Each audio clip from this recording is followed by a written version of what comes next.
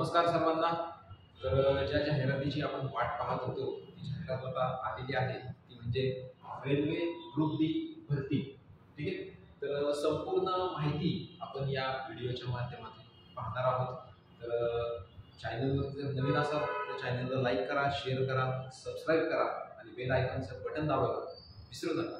तर व्हिडिओमध्ये शेवटपर्यंत टिकून राहा। रेल्वे ग्रुप डी बाबतची सर्वात मोठी जाहिरात ही 32,000 प्लस पदांची आणि याची इन डिटेलमध्ये माहिती आपण या व्हिडिओच्या माध्यमातून जाणून घेणार आहोत। तर पहा, सर्वप्रथम जर आपण पाहिलं तर याच्यामध्ये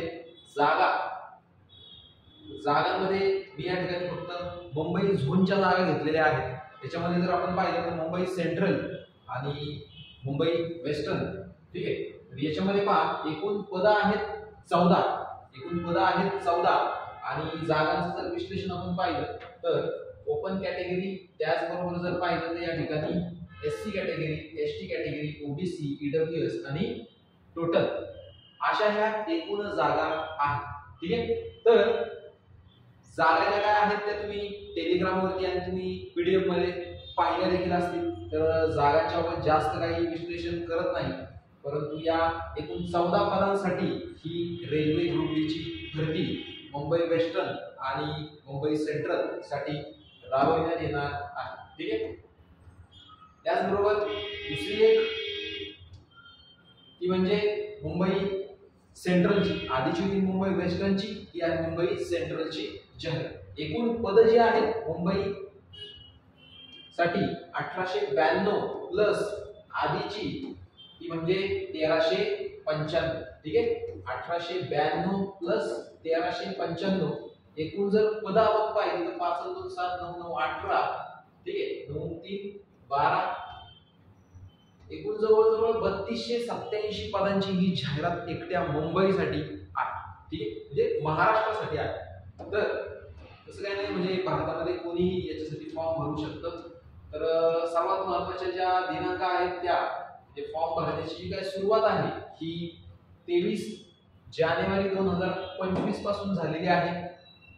opening date and time of online registrations of applications, म्हणजे तुम्ही तुमची नोंदणी ही 23 जानेवारी पासून करू शकत होता आणि फॉर्म भरण्याचा जो काही शेवटचा दिनांक आहे, फॉर्म भरण्याचा शेवटचा दिनांक या ठिकाणी लक्षात ठेवा, तो म्हणजे 22 फेब्रुवारी 2025।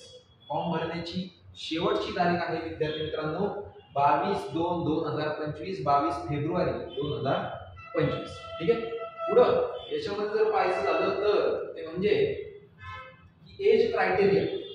एज क्रायटेरिया जर आपण पाहिला तर या ठिकाणी एज क्रायटेरिया लक्षात घ्या विद्यार्थी मित्रांनो, म्हणजे ओबीसी नॉन क्रिमिनल असणाऱ्यांसाठी 3 वर्ष सूट आहे, एससी एसटी साठी 5 वर्षाची सूट या ठिकाणी देण्यात आलेली आहे। ठीक आहे, त्याचबरोबर जर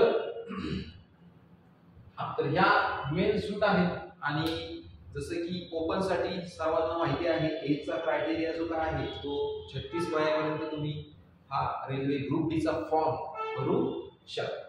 चला पुढे जाऊया, जास्त वेळ न घालवता आपण पाहूया सर्वात महत्त्वाचा मुद्दा, तो म्हणजे या परीक्षेचा नेमका सिलेबस। पहा, ही रेल्वेची जी काही परीक्षा आहे तर ही परीक्षा तुम्ही जवळजवळ एकूण 18 भाषांमध्ये ही परीक्षा देऊ शकता। किती भाषांमध्ये? 18 भाषांमध्ये परीक्षा देऊ शकता। याचा जो काही सिलेबस आहे हा सिलेबस जवळजवळ 4 फॉर्मॅट मध्ये डिवाइड केलेला आहे। ठीक आहे, याच्यामध्ये सर्वात महत्त्वाचं ते म्हणजे मॅथमॅटिक्स, जे की आपलं गणित, दुसरा आहे ते म्हणजे जनरल इंटेलिजन्स आणि रिझनिंग म्हणजेच बुद्धिमत्ता चाचणी मराठीमध्ये, तिसरं ते म्हणजे सामान्य विज्ञान आहे विद्यार्थी मित्रांनो, सामान्य विज्ञान जनरल सायन्स, आणि चौथा भाग तो म्हणजे जनरल अवेअरनेस आणि करंट अफेअर्स। ठीक आहे, एकेका मुद्द्याला हात घालूया। मॅथमॅटिक्स मध्ये जर आपण पाहिलं तर बॉडमॉस, ठीक आहे, ब्रॅकेट ओपन जे काय असेल ते, त्यानंतर डेसिमल्स, त्यानंतर फ्रॅक्शन्स आहे, त्यानंतर एलसीएम, एचसीएम, ठीक आहे, डेसिमल्स दशांश अपूर्णांक, त्यानंतर एलसीएम, एचसीएफ म्हणजे लसावी आणि मसावी आहे, त्याचबरोबर रेशो आहे, ठीक आहे, गुणोत्तर प्रमाण आहे, त्याचबरोबर पर्सेंटेज आहे, ठीक आहे. त्यानंतर जर आपण पाहिलं मेन्सुरेशन आहे, टाइम अँड वर्क आहे, म्हणजे काळ काम वेग असेल, पर्सेंटेज असेल, ठीक आहे. त्यानंतर जर पाहिजे तर सिंपल अँड कंपाऊंड इंटरेस्ट असेल, चक्रवाढ व्याज असेल, त्याचबरोबर सरळ व्याज असेल, ठीक आहे. त्यानंतर नफा तोटा असेल, त्यानंतर अल्जेब्रा आहे, जॉमेट्री आहे, म्हणजे भूमिती वगैरे या देखील गोष्टी आहेत. त्याचबरोबर एज कॅल्क्युलेशन आहे, म्हणजे वयवारी आहे, त्याचबरोबर कॅलेंडर आणि क्लॉक आहे, ठीक आहे, दिनदर्शिका आणि घड्याळ, त्याचबरोबर पाईप अँड सिस्टम, तर इत्यादी घटकांवरती आपल्याला मॅथ्स वरती प्रश्न विचारण्यात येणार आहे. जे महाराष्ट्र परीक्षांसाठी मॅथ्स आहे त्याच दर्जाचं मॅथ्स आहे, फक्त त्याच्यामध्ये तुम्हाला सेंट्रलच्या पातळीवरती जाऊन तुम्हाला या मॅथ्सचा अभ्यास करावा लागणार, ठीक आहे.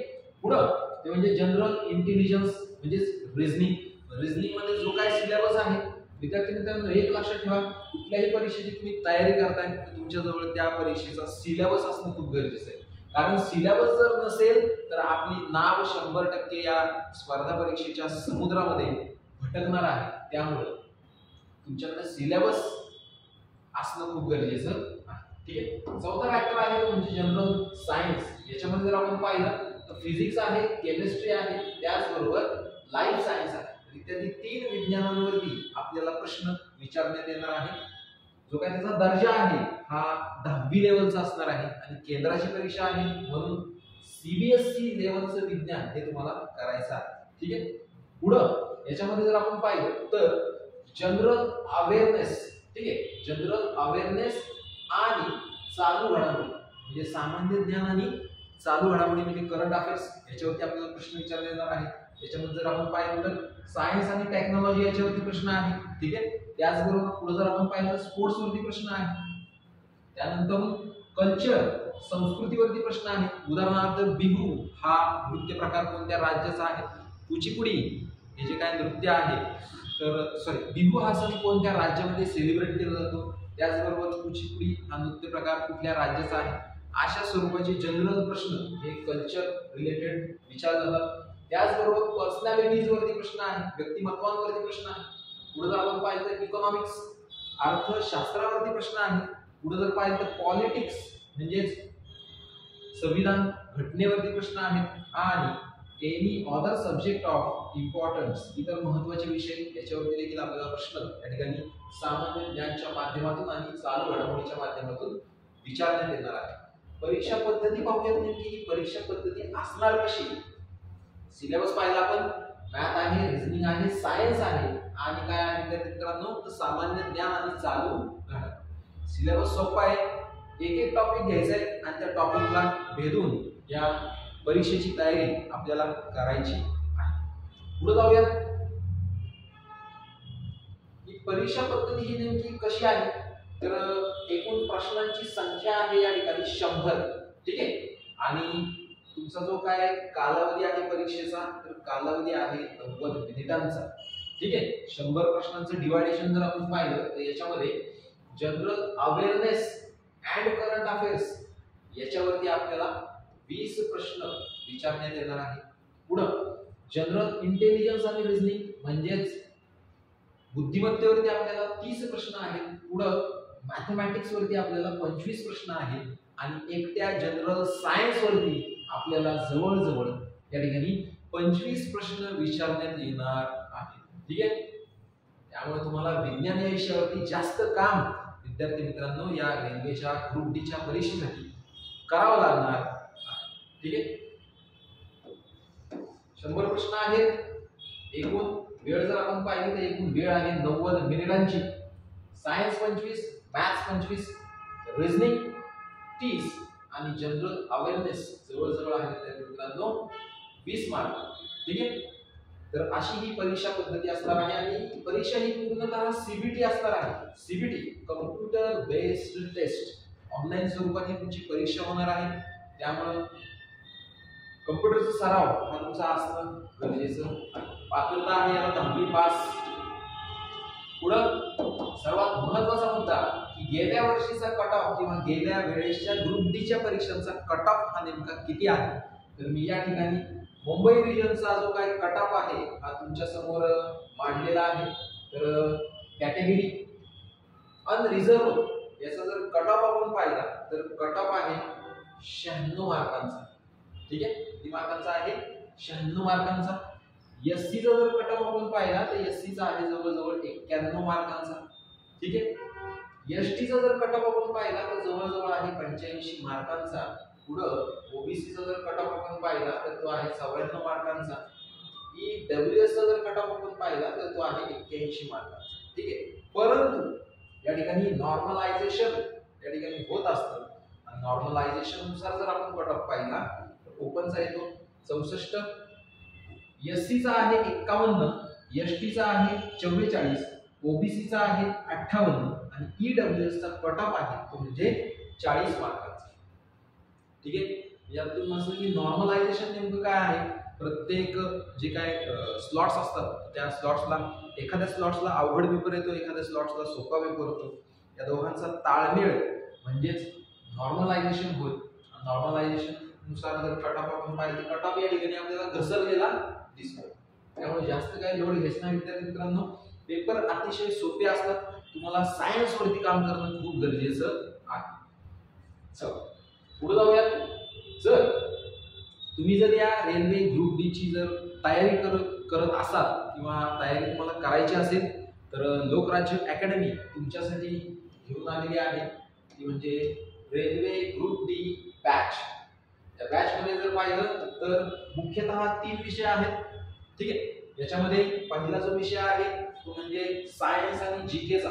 सायन्स आणि जीकेचा तर हाच विषय जवळजवळ तुम्हाला 20 आणि 25 45 मार्काचा हा विषय आहे 100 पैकी. ठीक आहे, पुढं मॅथमॅटिक्स जर आपण पाहिलं तर मॅथमॅटिक्स जवळजवळ तुम्हाला 30 मार्काला आहे आणि रिझनिंग जर आपण पाहिलं तर रिझनिंग जवळजवळ तुम्हाला 25 मार्काला आहे.